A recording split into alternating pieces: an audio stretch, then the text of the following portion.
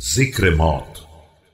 يا بني أكثر من ذكر الموت وذكر ما تهجم عليه وتفضي بعد الموت إليه حتى يأتيك وقد أخذت منه حذرك وشددت له أزرك ولا يأتيك بغتة فيبهرك.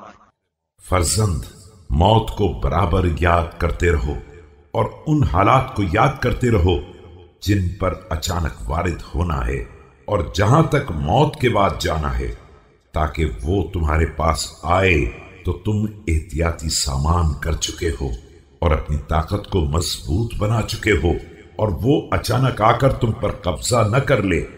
وإياك أن تغتر بما ترى من إخلاد أهل الدنيا إليها وتكالبهم عليها، فقد نبأك الله عنها ونعت هي لك عن نفسها وتكشفت لك عن مساويها، فإنما أهلها كلاب عاوية. اور خبردار اہل دنیا کو دنیا کی طرف جھکتے اور اس پر مرتے دیکھ کر تم دھوکے میں نہ آ جانا کہ پروردگار تمہیں اس کے بارے میں بتا چکا ہے اور وہ خود بھی اپنے مصائب سنا چکی ہے اور اپنی برائیوں کو واضح کر چکی ہے. دنیا دار افراد صرف بھونکنے والے کتے. وسباع ذارية يهر بعضها بعضا ويأكل عزيزها ذليلها ويقهر كبيرها صغيرها نعم معقلة. اور پھاڑ کھانے والے درندے ہیں جہاں ایک دوسرے پر بھونکتا ہے اور طاقت والا کمزور کو کھا جاتا ہے اور بڑا چھوٹے کو کچل ڈالتا ہے.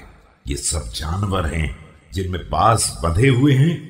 وأخرى مهملة قد أذلت أغولها وركبت مجهولها صروح آهة بواد بعث ليس لها راء يقيمها ولا مسيم يسيمها سلكت بهم الدنيا طريق العمى.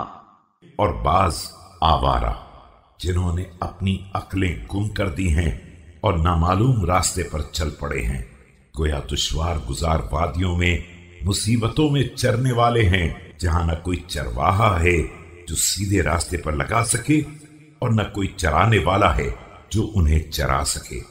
دنیا نے انہیں گمراہی کے راستے پر ڈال دیا ہے. وأخذت بأبصارهم عن منار الهدى فتاهوا في حيرتها وغرقوا في نعمتها واتخذوها ربا فلعبت بهم ولعبوا بها ونسوا ما وراءها.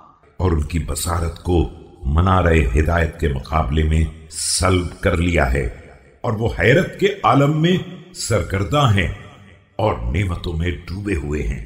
دنیا کو اپنا معبود بنا لیا ہے اور وہ ان سے کھیل رہی ہے اور وہ اس سے کھیل رہے ہیں اور سب نے آخرت کو یکسر بھلا دیا ہے.